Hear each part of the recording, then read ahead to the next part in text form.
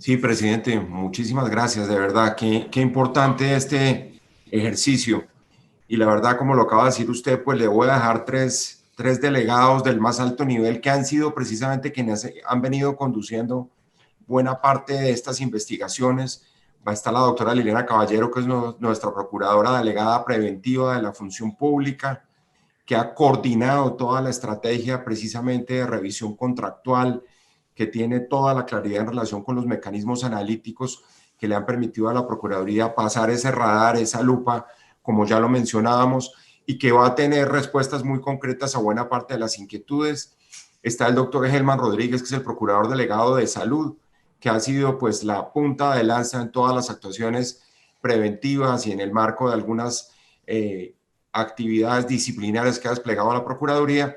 Y en último lugar, porque es el tema recurrente acá en la comisión, está el doctor Carlos Medina, que es el Procurador Delegado de Derechos Humanos, quien ha estado al frente totalmente desde el motín que hubo en la cárcel Modelo el sábado 21 de marzo en Villavicencio y de las demás cárceles del país, haciéndole seguimiento y en permanente contacto con las autoridades de justicia del país para ver cómo podemos ir resolviendo esta crisis. Quiero simplemente hacer unos comentarios muy generales en relación con sus intervenciones, en relación con las intervenciones del senador Acuña y del senador Pulgar. Tengan la certeza que vamos a orar con toda la serenidad posible. Aquí se trata de guardar el equilibrio, de valorar las pruebas, de desestimar cualquier tipo de criterio distinto del criterio técnico y jurídico a la hora de adelantar estas investigaciones. Me parece, senadores, que aquí la clave es que quien está orando correctamente no tiene por qué preocuparse. Y ya la doctora Caballero les contará porque fuera de la función disciplinaria, como en el dicho tradicional, pues sí es mejor prevenir que curar, pues hemos estado muy activos, sobre todo a través de la Federación Nacional de Departamentos, contándole a los gobernadores cuáles son estas pautas generales para que no incurran en esa serie de irregularidades. Uno puede decir que en algunos de los casos se trata es simplemente, puede ser de impericia, de ignorancia, del conocimiento de determinadas normas para hacer un juicio de buena fe en el caso de determinadas actuaciones. Pero está muy claro cuáles son los criterios, cuáles son de alguna manera los parámetros de la contratación pública sobre los cuales se debe dar una gestión honesta, transparente y proba. Y lo digo en el caso particular de otras de las intervenciones de ustedes, donde me parece que uno de los grandes errores ha sido creer que la ley de transparencia o la política pública de transparencia no rige para la contratación pública en épocas de emergencia.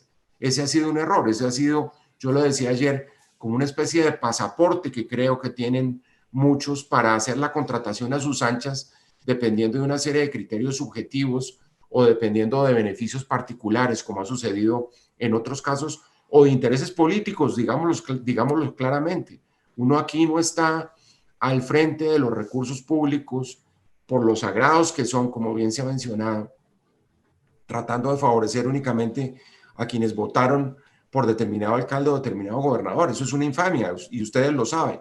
Y hay casos de esa naturaleza que se han presentado. Entonces yo diría, como criterio general, la ley de transparencia y la política pública de transparencia tiene que regir. El que esconde un contrato, el que amaña un contrato, por supuesto, tiene que temer ser descubierto y ahí vienen los problemas que se presentan. Luego yo diría, la primera de todas las normas es la transparencia absoluta en la contratación pública. Hay contratos, por ejemplo, que venían del pasado dentro de unos escenarios de planeación, aunque no es la regla general, porque como ustedes saben, salvo el funcionamiento normal de la administración, pues son alcaldes y gobernadores que acaban de llegar y que apenas están armando sus estrategias de gobierno y su definición de políticas públicas por la vía de la contratación si eso es necesario. Entonces sí es el momento de pensar no solo estratégicamente, sino de cumplir con todos los postulados de la probidad y de la ética pública. Lo segundo, en el tema carcelario, como usted lo decía, senador Valencia, y como lo repitieron varios por la preocupación que se tiene, particularmente el senador Castro también, el senador Cristo, en fin, estamos de cara ya a un problema de salud pública dentro de las cárceles. El problema penitenciario está ahí, ha sido recurrente, ha sido pues una de las vergüenzas más grandes de las políticas públicas, no solo en Colombia, sino en la mayoría de los países de América Latina. Como decía el senador Valencia, el porcentaje de detención preventiva, es decir, de sindicados sin definición jurídica para América Latina es casi el 65% y Colombia está por ahí más o menos. Y eso no tiene sentido más en una emergencia humanitaria como esta. Nosotros hemos insistido mucho, apreciados senadores, en que se pongan en marcha además leyes ordinarias que cubren los supuestos que ustedes han señalado, que permiten la prisión domiciliaria, que permiten otro tipo de detención y que en el caso particular de muchos que son sindicados y cuya definición jurídica ya en términos de tiempo se cumplió, pues tienen simplemente que tener un beneficio de esa naturaleza. Y ahí no se trata de ninguna excarcelación amañada, sino simplemente de la aplicación de normas ordinarias procesales penales. Aquí tendremos que hacer un gran debate de fondo, apreciados senadores, sobre la política penitenciaria, uno de esos campos del gobierno que lamentablemente ha quedado siempre marginalizado a la vera del camino. Todo lo que huele a cárceles huele mal desde siempre y nunca ha habido, pues de verdad, una voluntad política para tomar decisiones de fondo allí. Por supuesto, se trata de preservar los escenarios de seguridad, pero se trata también de evitar que una sentencia a muerte, que es lo que sucede con las personas que están contagiadas o van a ser contagiadas ante la ausencia de medidas de prevención, pueda llegar a presentarse. De todas maneras, el doctor Carlos Medina, que es el Procurador Delegado de Derechos Humanos, les puede contar detalles de todo lo que hemos hecho en las cárceles del país y particularmente de nuestra acción de cara a la cárcel de Villavicencio, a todo el eventual contagio que puede estar sucediendo. Me parece a mí que a nivel de los controles sociales, el senador Valencia se refería también al tema del talento humano en salud. Yo creo que ese es un punto de convergencia de todos los sectores políticos y sociales de este país indistingo. Estamos siendo testigos, lo decía el senador John Milton también, de un matoneo permanente y de conductas que ya tienen trascendencia de carácter penal. Luego, sin el ánimo de nuevo, que entraría en contradicción con lo que acabamos de decir, de creer que es el populismo punitivo, de incorporar o de tipificar un delito, sí hay que enviar señales muy claras en contra de la discriminación de todo el personal médico y sanitario.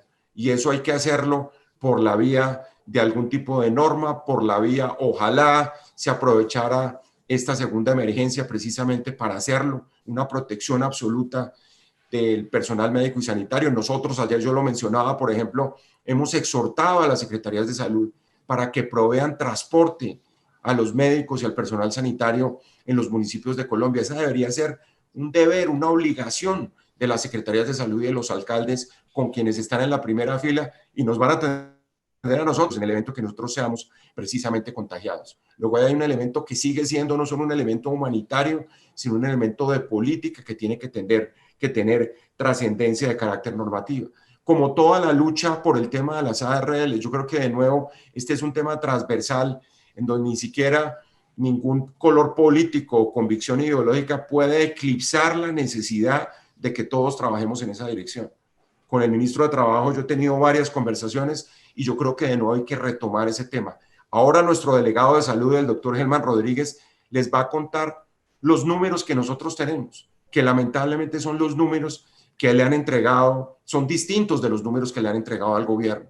Nosotros seguimos en ese nivel que ustedes mencionaban, y es que si acaso han entregado un 10% del material de protección y bioseguridad que es fundamental para que no siga ese contagio y para que se preste ese servicio con la excelencia y con la precisión que se requiere. Y siguen siendo de alguna manera los más vulnerables dentro del sistema. Eso hay que ponerle de alguna manera un tate quieto, como se dice coloquialmente. Aquí hay que comenzar a investigar y a sancionar a las ARLs, porque no nos podemos seguir comiendo el cuento de que por repartir unos guantes en unos kits ya están cumpliendo con la obligación que tienen de los elementos de bioseguridad y de protección del personal médico y sanitario. Yo sí los invitaría, queridos senadores, a que cerráramos filas en ese sentido, todos. Aquí hay que mandar un mensaje muy claro a esas empresas que además tienen esos recursos para hacerlo y a las IPS en otros casos, independientemente de la bomba financiera. Y yo estoy de acuerdo con lo que ustedes han mencionado, particularmente el senador Juan Luis Castro. El gran debate de fondo de este país va a ser cómo vamos a reestructurar el sistema de salud hacia adelante. Ahí tenemos una ley estatutaria, por ejemplo, que nunca fue reglamentada. Es uno de los grandes debates pendientes de este país.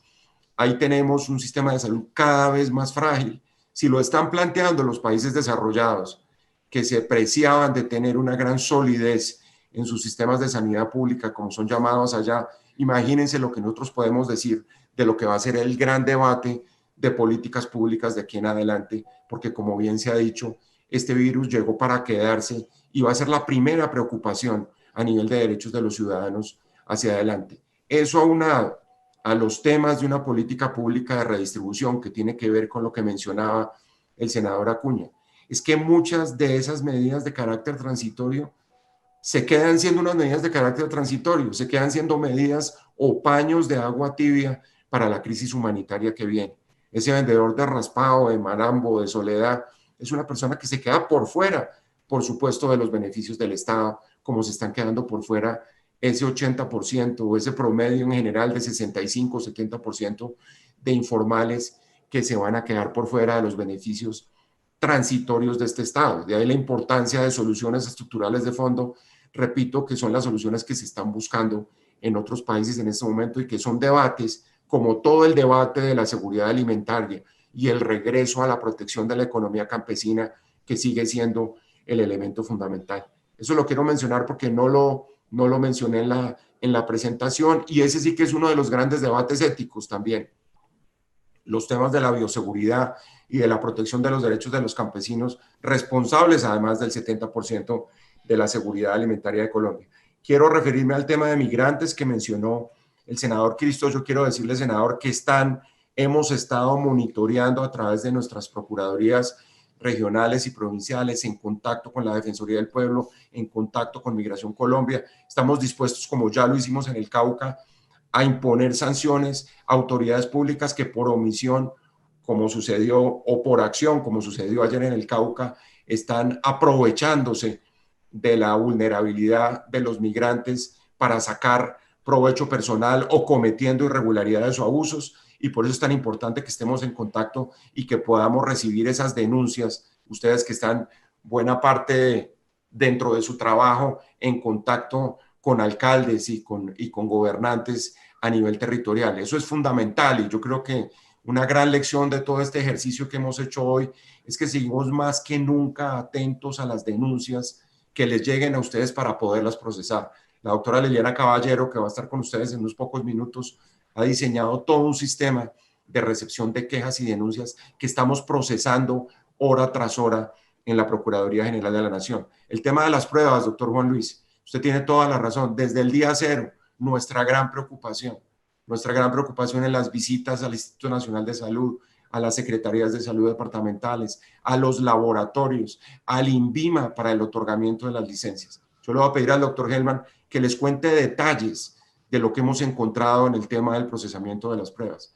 Y lo digo no con el ánimo de demostrar que ha habido negligencias, porque todos estamos aprendiendo en este proceso, sino precisamente para todo lo contrario, para ver cómo logramos en esta materia tener unos criterios objetivos y eficaces en el manejo de las pruebas, que sigue siendo el elemento trascendental para el manejo de esta epidemia. De aquí de alguna manera, como alguien decía, todos nos convertimos en epidemiólogos. Incluso yo les cuento, en mi caso personal, mi padre fue, doctor Juan Luis, profesor de epidemiología y de salud pública en la Universidad Javeriana durante 35 años, hoy tiene 88 años y sigue siendo mi gran consejero en este momento frente a todo lo que está sucediendo.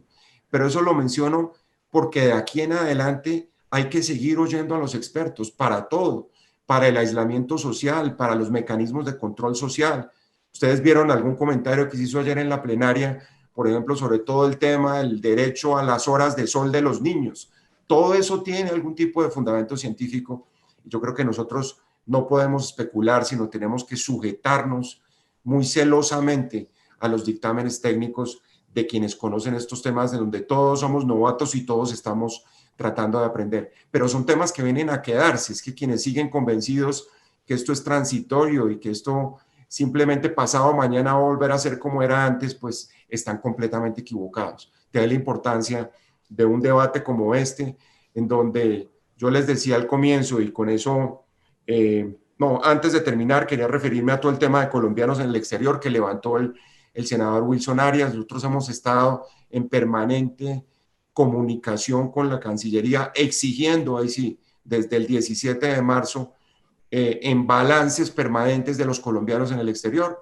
Ustedes se pueden imaginar el drama, por ejemplo, de los colombianos en Venezuela, cuando no hay ni siquiera relaciones consulares. Ahí hemos insistido que alguna instancia de carácter humanitario, incluso la hemos intentado a través de la Defensoría del Pueblo, para que hubiera un diálogo, independientemente de las dificultades diplomáticas que tengamos y políticas, sí tiene que existir un diálogo, una instancia de interlocución con las autoridades, por lo menos en los temas humanitarios. La situación de los colombianos, se habla normalmente de varios millones de colombianos en Venezuela, no tenemos la menor idea de lo que allí está sucediendo y por eso sería tan importante a través, por ejemplo, de instituciones hermanas como la Defensoría del Pueblo, la Procuraduría allí cumple otro tipo de funciones de ver cómo podemos tener algún tipo de noticias de los derechos de los colombianos en un país como Venezuela. Y eso lo digo en relación con los demás países, como lo mencionaba el senador Arias, y que tiene que ver con la necesidad de seguir avanzando en esos vuelos humanitarios, a ver de qué manera podemos conseguir